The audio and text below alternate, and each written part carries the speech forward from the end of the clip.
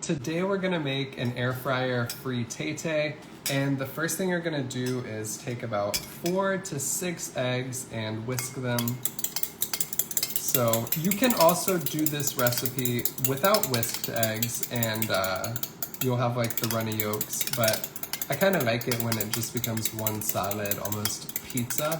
So what we're doing now is just whisking 4 eggs, and once we've done that, we could add our seasonings to this, or we could just put them straight in the air fryer. I'm just gonna do some salt and pepper. A little bit of pepper, and some salt. By the way, when I was growing up, my dad always put heavy cream or milk in the eggs. Can anyone confirm, and he always made the best eggs. Can anyone confirm or explain what that does to make them good? I don't think it's necessary for the frittata though. All right, so what we're doing, take your air fryer, put parchment paper in it, and just dump these in. And from here, you can add literally anything you want. So we're getting a lot of people who also do it. Hi, I love your cookbook. Hey, thank you, Karen. You guys can get my book, Carefree Keto, on Amazon. All right, we have diced tomatoes. As you can see, I did not include the sticker. By the way, Instagram gives you the option now to use different lighting on your phone settings. Does everything look okay on your guys' end compared to usually? All right, so we've gotten some tomatoes in there. My mom always said it would make them fluffy, but I've heard the older generations did that to thin out the eggs so they'll go further. Oh, interesting. Now we're just putting some spinach in here. You can chop it up if you want, or you can just put it in as the leaves, doesn't matter. And from here, you can add the cheese right now. So we're gonna put some mozzarella on. But I like to do the first 10 minutes without cheese and just sprinkle it on at the very end. So we're gonna do about 10 minutes at 350 in the air fryer.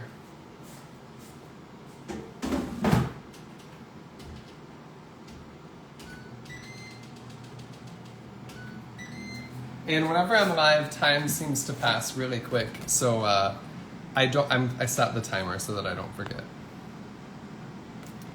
Water makes them fluffier with less calories. Interesting. I did go through a phase when I was tracking my macros pretty strictly, where chefs recommend water, not milk. Oh, wow.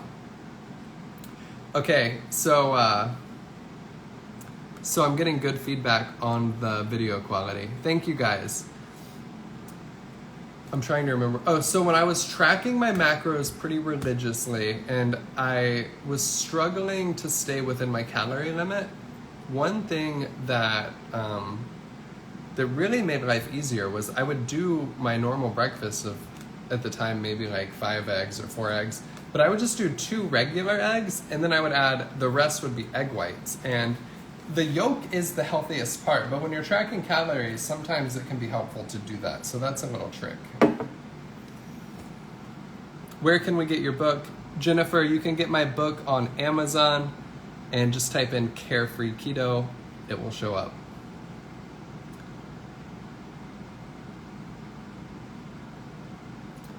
I love your recipes. They are easy and it keeps me from eating fattening snacks. Hey, I love to hear it.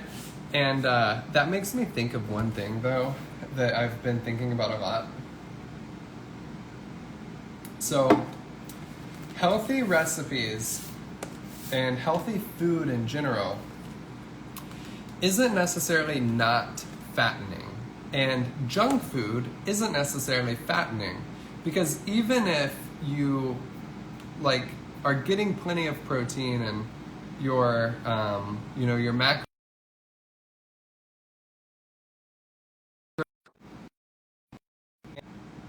So Anna is currently, maybe she'll pop in here and comment. So Anna is at Best Buy.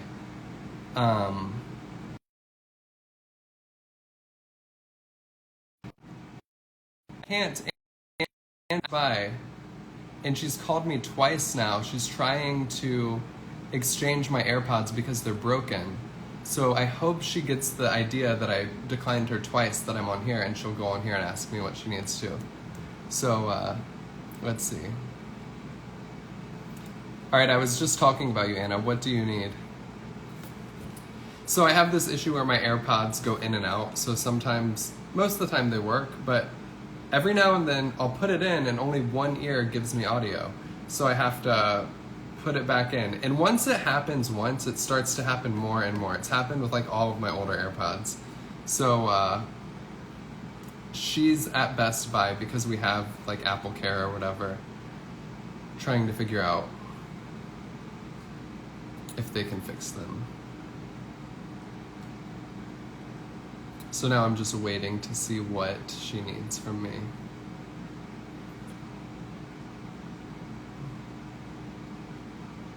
Oh, she asked you left or right. I didn't see that comment. They're the left ear.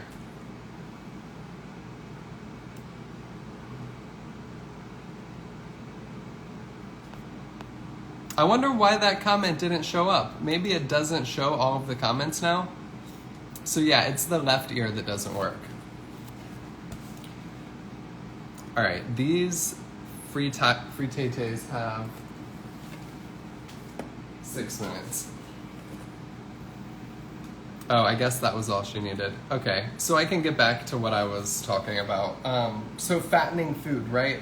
We start eating healthy food and we label non-healthy food as fattening. And the truth is, as long as you're getting plenty of protein, like I think whether your calories, the excess calories you're getting are coming from fat or carbs, doesn't really matter. But getting enough protein is important. But other than that, it's not like a bag of potato chips is any more fattening than an avocado if you're just talking about the amount of calories they have. But the issue is those foods are designed to taste way better than natural food. So for anyone who says, I stopped eating junk food and I realized that real food, non-processed food tastes better, maybe that's like what they've convinced themselves to believe. But the truth is, it doesn't, because it was not engineered by food scientists to taste 1,000 times better. So fattening food can literally, whenever you're shopping, if you don't want to eat any fattening food, if you see something, maybe steak is like the exception where natural food gets you really excited. But if you see something and you just automatically start salivating and you're like, ooh, that would taste so good, that's a sign that that is fattening food, because it's just easier to overeat. So that's one of those things that I think about a lot. It's like the food isn't necessarily fattening, but there are certain foods that taste way better than everything else. And those foods are easy to overeat, and that is how you gain fat. I think I'm gonna sneeze.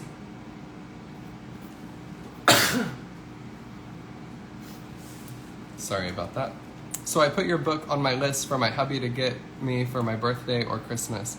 Hey, I'd love to hear it. I hope you get it. Guys, and if Anna comes back and comments anything, I don't know why it wasn't showing all of the comments, but will you tell me what she says? Because sometimes I don't see all of the comments. Do you ever add microgreens into your cooking? I do not. I use less oil now. Food doesn't taste as good though. So if you're doing keto or low carb, a lot of us start thinking that more fat is better, and that is true. If you're not eating carbs, you want to be getting good amounts of fat. Fat is good for you, it's good for your hormones. But if you are already loading up on cream cheese and your eggs already have cheddar cheese on them, and you're cooking with 6 tablespoons of butter, and then your dinner is like a fatty ribeye, and then your dessert is like keto fat bombs, there is a point where too much of that fat can just lead to too many calories, and that can make weight loss harder. So if you're trying to lose weight and you're on a low carb diet, don't think you need to avoid fat, but just look at whatever meal you're making and say you're struggling to lose weight and be like, how could I make this taste okay, it tastes good, but how could I remove as much of the unnecessary calories as possible? And usually, if you've already cut out carbs, it is going to be fat because you don't want to start removing protein because most people already aren't getting enough protein anyway. And that's only if you're struggling to lose weight. If your weight loss journey is going great, you're probably eating just enough fat. Can you please tell me how many carbs you're allowed to eat in a day? So the limit if you're doing a true keto diet is around 25. And that's net carbs. All right, it's been 8 minutes. We're gonna put our mozzarella on now. But if you're just living a low carb lifestyle, there are tons of people who do like 100 carbs a day or 75 carbs a day and still lose a lot of weight. It's the thing that happens when you go keto is your options become so limited because it's just very hard to stay under 25 net carbs a day. And most of the food we were talking about, the fattening food that's like designed to be overeating, is high in carbs and fat, so it's just very high in calories. Like, it's not the carbs in a bag of potato chips that make you fat. It's the fact that it's a combination of a ton of carbs and a ton of fat and no nutrients. So whenever you go on all right, we're putting it back in. Just for like a couple more minutes.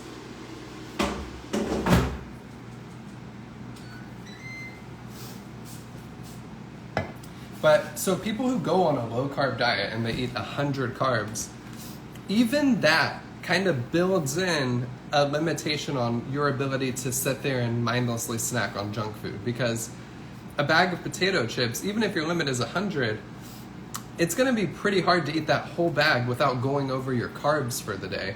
So the reason low carb and keto work is because junk food is very high in carbs. It's also very high in fat. And neither of them are necessarily what's making you fat. It's just that they taste good and they're easy to overeat. But once you put a limit on your carbs, or even people who go on low fat diets and you put a limit on your fat, that kind of food becomes off the table at a certain point, and it's a much quicker point than if you just didn't have limits on how many carbs or how much fat you're eating. So anyone, all right, let's see if Anna commented again.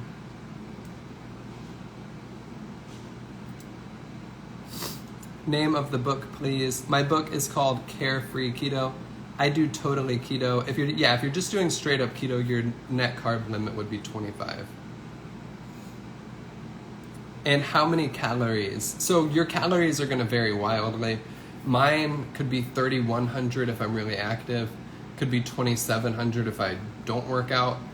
For a woman, if you're like 5'1" and you don't work out, it could be like half of that. So it could be like 1,600 a day or 1,800 a day. But don't let that intimidate you. If you ever compare your calories to like, you see someone like The Rock and you're like, oh, he gets to eat 6,000 calories a day.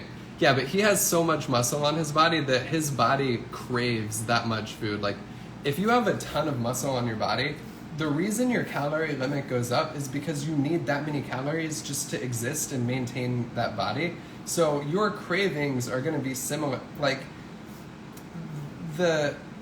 how difficult it is for me to eat 2,700 calories a day if I'm trying to lose weight is going to be just about as difficult as it is for a woman whose limit is 2,100 calories a day, because I just have a bigger body with more muscle on it. So my cravings are going to be ramped up and I'm going to be like, I need to eat to this certain point or else I'm just going to be starving.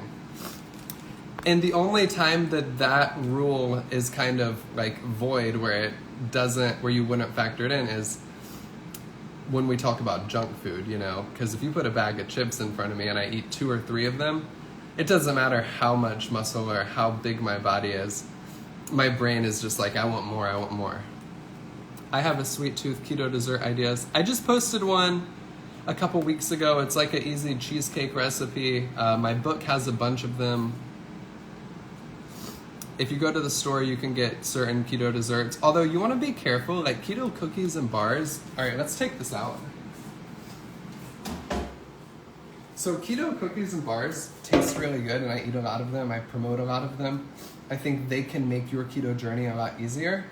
But one thing to watch out for is like being able to moderate how much of them you're eating. So if you buy a box of 4 keto protein cookies, like say these,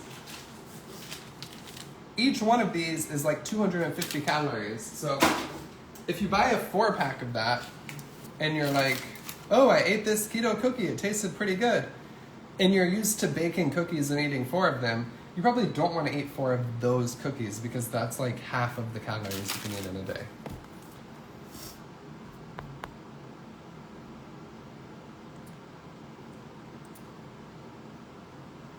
And the reason you would do keto instead of just weight loss, there are a few, but you guys are touching on those points. It's like the energy you get when you're in ketosis. For a lot of people, maybe not everyone, some people just tend to do better on carbs, but especially for me, the thing that got me hooked was like, you don't have highs and lows throughout the day, you know? When you're not waiting on your next meal for energy, which is what happens when you use carbs for energy, which is fine. But when you're not doing that, you have there's like less emotion related to eating. And for a lot of people, that like feeling of like, I need lunch, I need dinner, leads to overeating. And when you're on keto, you really don't feel that. So for anyone who hasn't tried keto and you're like, oh, it just seems like some fad diet, go into ketosis. Like do 25 net carbs a day for a couple weeks. Let your body get fat adapted. Let your body get keto adapted. And you'll start to notice it's like the cravings do go down.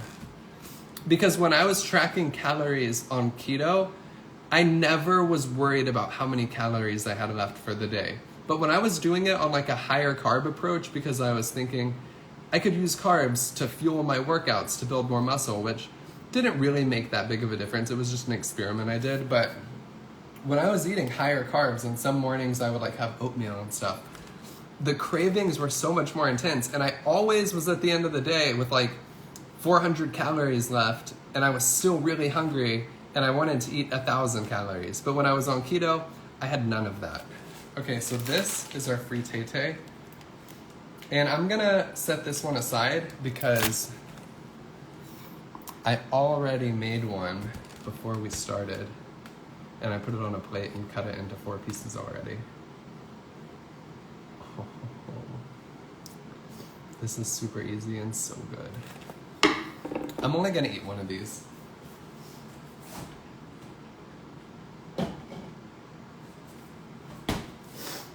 Okay, we've got some Valentina hot sauce.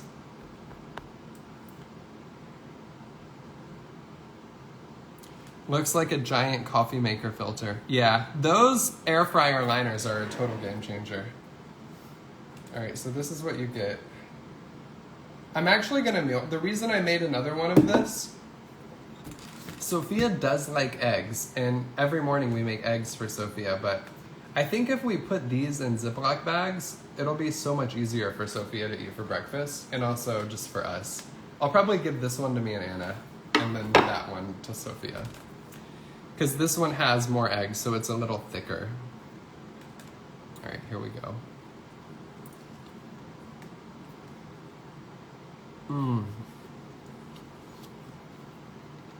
Oh my God.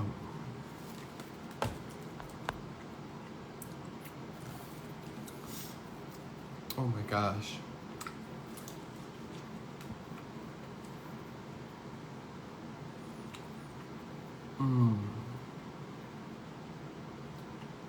So the air fryer is $350 for 12 to 15 minutes.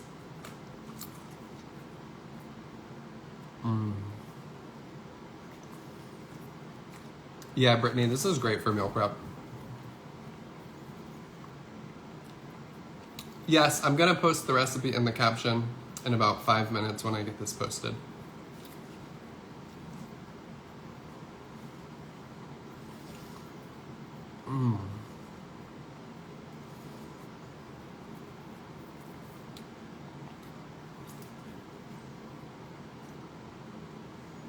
I don't want to stop eating.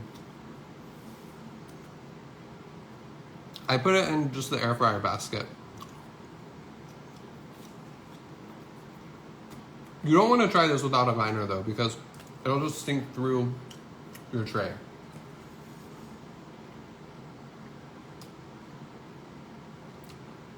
All right.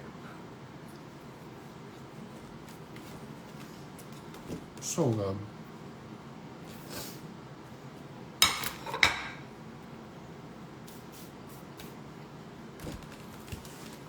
All right, everybody. I'm gonna get off here. Andrea, I'm feeling way better. I have like a residual stuffy nose a little today. But other than that, I feel great. I had an amazing workout. And I'm about to walk the dogs right now. I feel so energized. I feel good. It was like 2 days it was kind of rough. Saturday and Sunday. Saturday I felt like probably a 4 out of 10 as far as like my ability to do things. Sunday, maybe like a 5 out of 10 as you saw yesterday. I still made videos all weekend. I was still able to get my work done. But, and then today I'm back at like an 8 or 9, which is usual. So, all right guys, I love you. I believe in you. I'll see you tomorrow. And then I'll probably be gone. I won't be live probably Wednesday through Saturday. So I'll be back tomorrow and then I'll probably take off a couple days. So see you guys. I love you. I believe in you. Have a blessed rest of your night.